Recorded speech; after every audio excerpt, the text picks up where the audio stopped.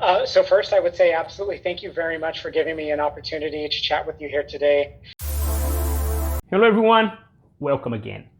Have I ever told you how much I like Wednesdays? Today, you're gonna learn what is Pentesting as a service.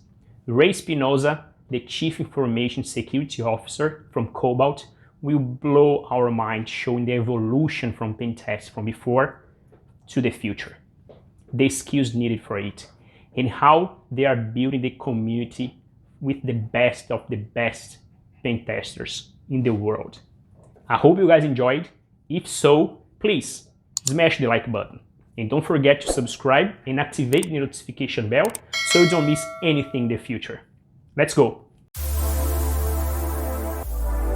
Thank you very much for joining today. Really appreciate to have your time and to give your knowledge, to share your knowledge with this audience. And why don't we start you introducing yourself, Ray? Sure. I'm Ray Espinoza. I'm the Chief Information Security Officer at Cobalt Labs, also known as Cobalt.io. It's fantastic to be a security leader and a security practitioner at a leading security company, and I'm excited to be here, so thank you. That's amazing, Ray. And Ray, actually, you have been having like a very successful career, right? You have been engaging since, I don't know, for more than 12 years in IT security. You have been a head of security at Amazon, another VP, and head of security in another companies. So tell me about your evolution in this path as an information security leader. Sure. I'll make one small clarification. I wasn't head of security at Amazon. I was driving third-party cloud security at Amazon. Perfect. But I have had the honor and the privilege of building and leading security teams, large and small, for companies large and small. I started off back on the infrastructure side early on in my career. I had my ability to cut my teeth in technology at eBay. Back when folks used eBay to get just about everything you wanted, you couldn't get from a store. And eBay was a fantastic place for me to learn and grow as a technologist, and gave me the opportunity to work my way into security. After 7 or 8 years of being at eBay, I was approached to build eBay's first incident response and security monitoring program. They had just got a new chief information security officer. They loved what I brought to the table in the relationships I had and my knowledge and expertise of the Cobalt or the eBay platform and how eBay worked. Mm-hmm. And they mentioned that they'd be able to teach me the rest of security along the way. And I fell in love with it. I grew up very much a protector, a lot of natural instincts of sticking up for others who couldn't stick up for themselves, and protecting my family. I grew up in a not great neighborhood, and so there was always like a general awareness of like, where's my cousin, where's my family, how do I make sure that I keep an eye out? And so I developed this sheepdog mentality over time, and I found that getting into security gives me an outlet to really bring out that in me that I really enjoy. The internet can be an unsafe place for a lot of people, mm-hmm. especially being at a place like Cobalt, where we help companies large and small find vulnerabilities before they can be exploited by bad actors. We help them find it so that they can fix it. And there's that makes me feel good. As much as I do that for Cobalt in working to reduce our risk, it allows me to be, sheepdog, so to speak, for many folks out there who need some of that additional visibility, support, protection to keep their businesses up and running, which are really the lifeblood of our country, it's fantastic. So not only does it continue to challenge me intellectually, but it gives me an opportunity emotionally to really connect with what we do. And I'm just thankful to have that opportunity to steer my career in that direction that I feel plays, so core to who I am. Now that's very interesting, Ray. And the reason I'm saying that, last year I was listening to a podcast from another CISO also, and the person asked, how do you identify the skills needed during an interview to hire your team?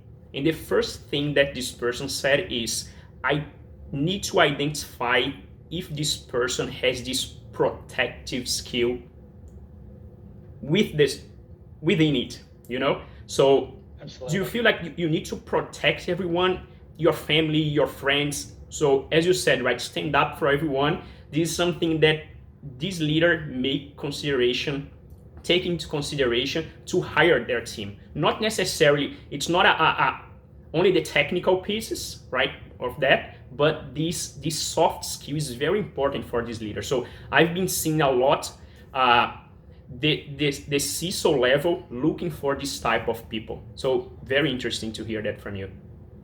I think it's more important, because that is absolutely one way of showing that somebody can connect emotionally with what we do. And I think it is when you get somebody who at their core truly believes in what the company is trying to do, what your team is trying to do, you're willing to put a little bit more of yourself into it. Mm-hmm. It's less of a 9-to-5 type of job that you do, just to survive, but it becomes more of, you just give more. You're able to rationalize that to yourself that I'm making a difference, and you have a sense of purpose. And I think it's important to be able to find your why, find your purpose, and use that. When you can combine that with the job that you have day in and day out, I think it's hugely powerful to kind of bring out the best in you. It's natural for you, right? You don't need to stretch yourselves to reach that goal, to act like this, like to be yourself. Absolutely. That's perfect. But Ray, being in information security for so many years, I'm assuming that you have touched a lot of different areas and components on this area, right? But my understanding is that Cobalt.io, you guys are more focused on penetration testing as a service, correct? Correct. What I would like you to explain to the audience, what is, first of all, this penetration tests as a service, and in the difference between the traditional way to do things and the way you guys are doing that. First, be able to tell you really the power of pen testing as a service. You kind of have to understand how pen testing has been delivered over time. And I've purchased hundreds of pen tests throughout my career as a security leader. Historically, you would ask somebody to find vulnerabilities in your application, in your asset, in your platform, whatever it was that you had.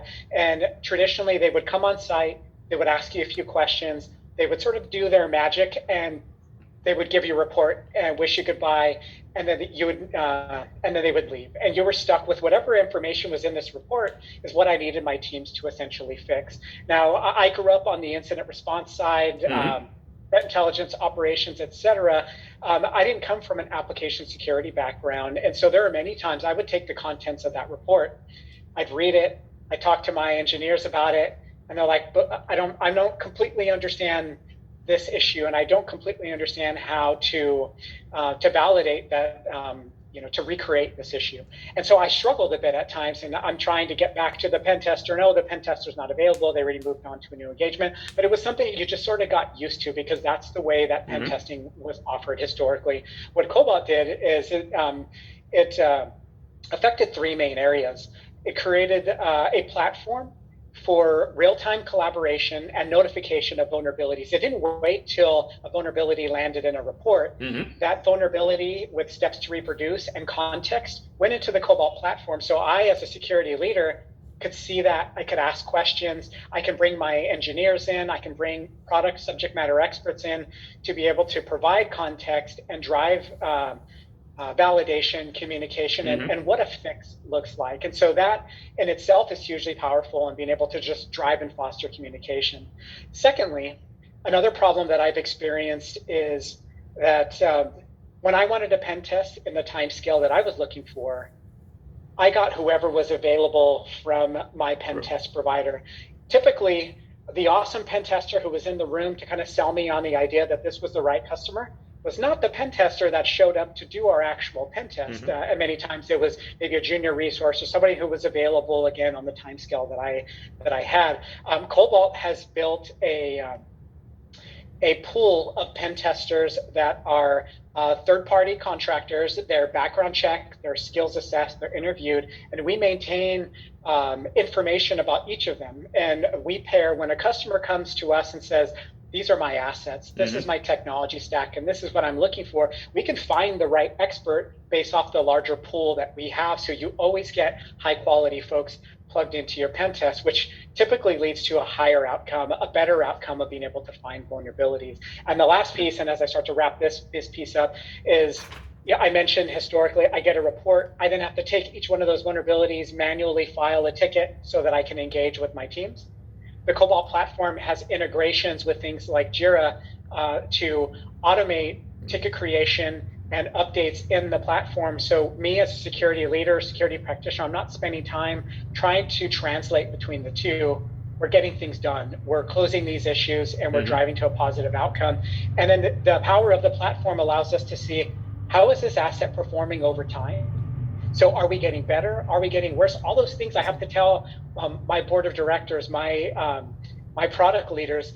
It has that in the platform for me in the use of metrics and insights. And so that's really what Pentest as a service is all about, is flipping that traditional service delivery component into delivered through technology and driving efficiency for folks like myself. So there's a couple of things there, right? So you are creating this big pool of great resources, but not only you guys are saying, I've checked their knowledge, I trust them, and they are good to go. But there is also a feedback that the client can give to the resources to hunting them. So pretty much you are creating like a list of the best performance and only the top talent resources that you can find in the market, right?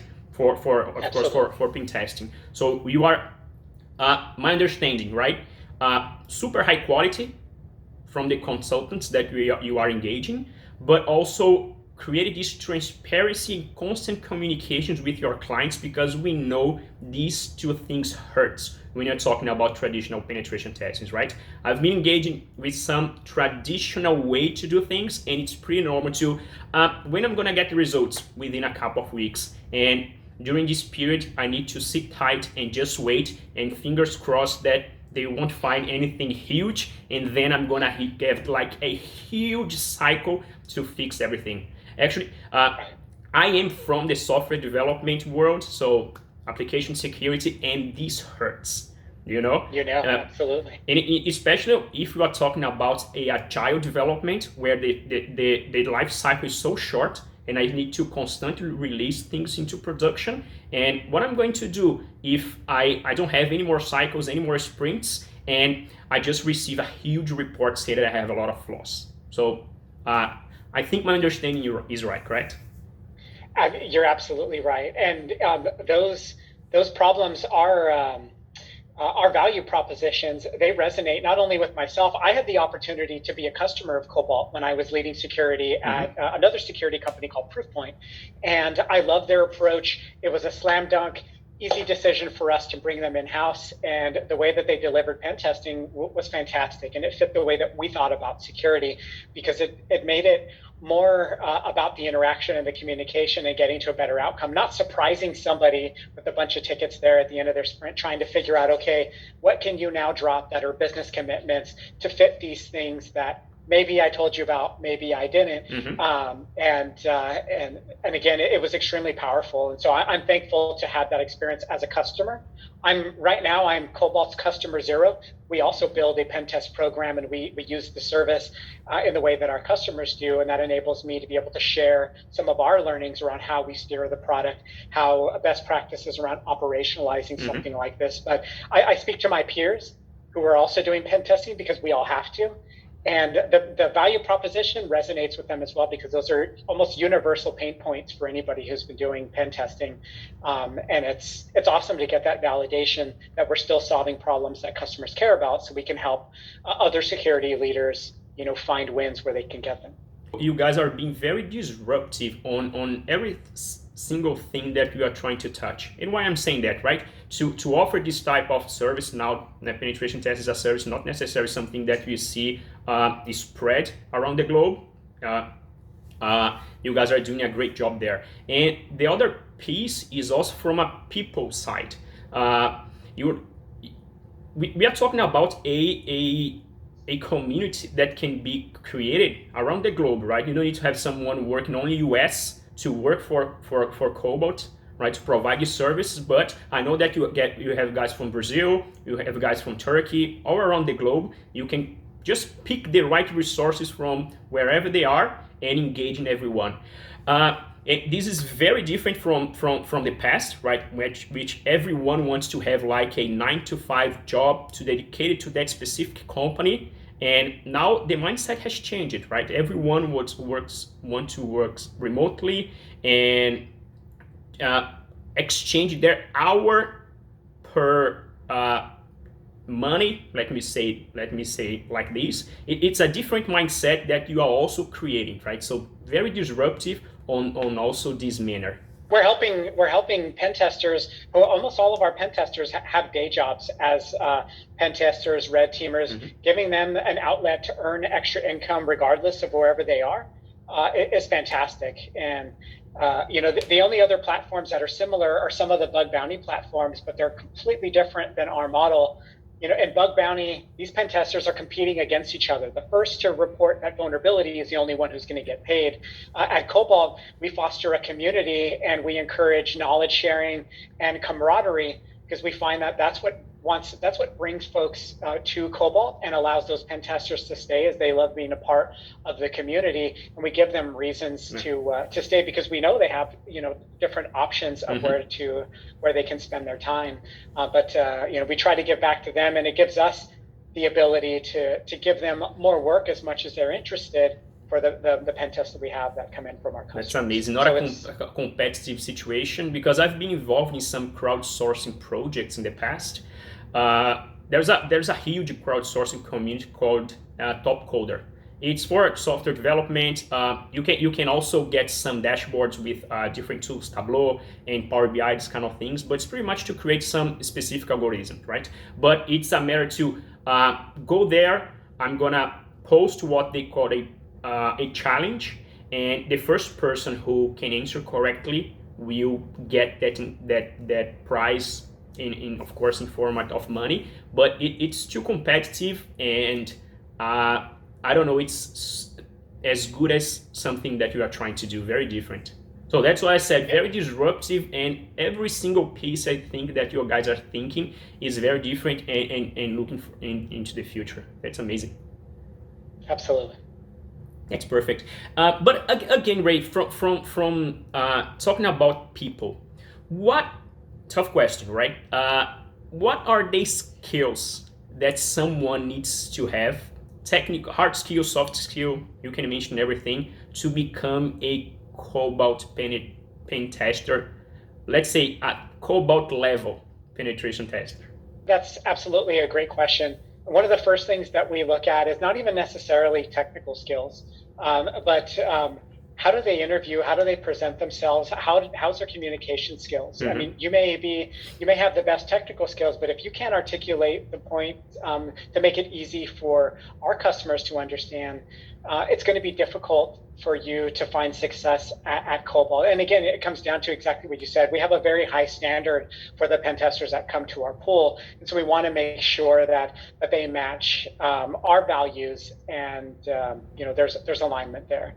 And then secondly, they go through a lot of technical testing as well. So we understand their area of expertise. It's rather than it being just very generic, web application pen testing, there's questions and components around, network testing, and there's components around testing APIs and mobile apps, et cetera. So it gives us an idea to be able to validate some of those skills. And then we go through, again, the background check and whatnot to ensure, they have, a clean bill of health historically. We really want to make sure that every one of these pen testers is absolutely a part of Cobalt's brand and the quality to which we deliver. And so we make sure that we get to know them much better than, some of your other crowdsourced models, which I love bug bounty. Bug bounty has a place, but it doesn't compete with pen testing. And, so for us in our business, it really is about trust. And we take the time to learn and understand and meet our pen testers. Our community manager has an individual relationship with every single one of our pen testers, and that's hugely powerful. So to them, Cobalt isn't a faceless organization. That they're interacting with other members of our team internally constantly, and then for us, we will put their picture as a part of like their dossier with their experience, how many pen tests they've done, their certifications. That's huge for Cobalt's brand, and it also is huge for helping helping to promote our pen testers as well, their background, their skill set, and some of their achievements. Talking about the future, we know that this pandemic has changed a lot of our minds from a security perspective, I would say, because everyone was concerned about security, of course, but I think this pandemic accelerated things a little bit, right? People became more concerned about this, especially the senior leadership, where they are now bringing your role, for example, to sit on the table to discuss how security can impact their revenues, security can decrease their costs, all the impacts that security can have within an organization. But what do you think that security will become in the next year or so, Ray? Do you think that this speed will continue, or do you think that we're gonna reach a plateau and at some point we're gonna start not discussing again about security and only talking about business, forget about security again? I hope we never get to the latter. I think we'll only continue to talk more about security. The global pandemic has forced many companies who weren't ready for a digital transformation to evolve just so that they can survive. And I think that brings with it a host of issues within itself. Is if you're pressured to go fast, to change the way that you operate your business, you're bound to make tough decisions that may not lead to the most secure posture within your technology. And as you deploy some of these capabilities, you haven't had the time, or maybe you don't even have the experience internally to do it so that it meets the standard, but you do it to survive, to get to another day. So, so I think security will only continue to become important. You also have large breaches, though we hear about them all the time. In the media, we hear about this company and that company getting breached, and it almost feels like fairly normal. We're just expecting to hear about these things, but you see something like the SolarWinds breach, where you have a software or a product technology that's installed in thousands of customer environments, that being used as an entry point into all of their environments. It changes the way that I think companies think about security. And I think it's going to require more board of directors, more executive teams to elevate some of those conversations and make sure they have a strong understanding of like their company's risk tolerance and risk posture. You can't solve all of your risks, and every seasoned security leader knows that. But it's jobs like I have, where I need to be the advisor and I need to be the communicator. I need to lay everything out for the business to be able to make some of those decisions. And I think there's lots of my peers that are going through that exact same exercise. And I'm so thankful I am a part of different organizations and small groups of security leaders where we can talk honestly, transparently around some of the issues that we're having so that we can collectively find ways to solve it. And I think the consistent theme is driving more awareness, and that some of these issues, the pandemic and then some of these large scale breaches, are now starting to wake up, so to speak, the rest of the leadership team at the top of every company's business to help them think long and hard around security capability. So I think it's going to continue to grow in importance, but that also is going to require security leaders to elevate their communication skills. Folks like myself and others are learning, how do we speak business speak? Exactly. We don't want to talk about vulnerabilities. We don't want to talk about some of these capabilities. We want to be able to talk about business outcomes. We want to be able to align security strategy with business strategy. And so that's something I've been learning and evolving throughout my career, that I give a lot of guidance and feedback to some of my security leaders and others that I mentor, and that others have shared with me as well. And it's constantly, how do I learn? How do I better communicate and seek some of that feedback? And that's one of the things that I ask my leadership team is, what I'm saying to you, does this make sense? And is this falling in line with what you expect to hear from me? And do you have any questions? So I'm constantly trying to take the open questions in their mind means I need to slightly pivot or think about how I position some of my message. And it's constantly, it's a dance, that we're continuing to learn, but it's growing in importance. And I think it's going to stay. Technology is only going to continue to grow. If we think about all the futuristic movies that we see today, technology is always front and center in all of those. So I think cybersecurity will always have a place in being able to shape how we do so and manage that risk over time. No, that's perfect. But Ray, for the new people, right, that wants to start in this career, in this path, or even those that want to like do some sort of twist into their lives, what would be your recommendation as a leader, Ray, to these people that now I want to focus on security, I want to move things, I want to change my life to become more like Ray and others? So that's a great question, and something that I continue to try to find the best way. If I could, I would shout from the rooftops that, we need more of you, and this is the type of impact that you can have.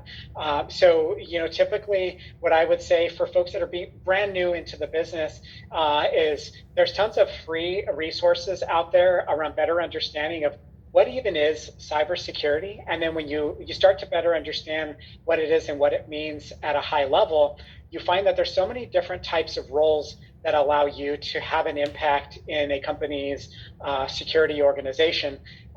For the traditional security engineers, the pen testers, the security operations center personnel, you also have, product managers, technical program managers, so there's lots of areas where folks can contribute to an overarching security company. So first, there's tons of training out there. If you plan to go technical, there's platforms out there like Rangeforce and others that allow practical skill development behind a keyboard in a very similar the way that AWS and Google Cloud are starting to drive education for their platformers. They're making these online hands-on learning capabilities as price efficient as possible so that others can develop some of these skills and then go into the market and use them. So I say absolutely use those if you want to be technical.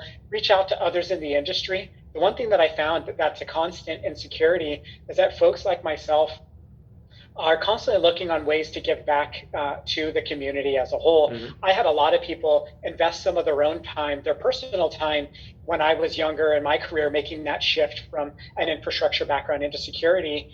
And I'm so thankful. And so I feel like it's my responsibility to pay that forward to others that are coming to make that shift as well. And so many other leaders out there I see willing to invest their time in others to provide more pointed guidance or to help answer the question of, well, what do you like to do and what are you strong in? And how does that position into a security specific role to be able to give a little bit more guidance? So coming back to that, there's tons of free training, tons of training that you can take online, and then find mentors and have conversations. You're going to find more yeses than no when you reach out to folks asking for some guidance. For sure. And one thing that I learned into this industry is how much people want to help others.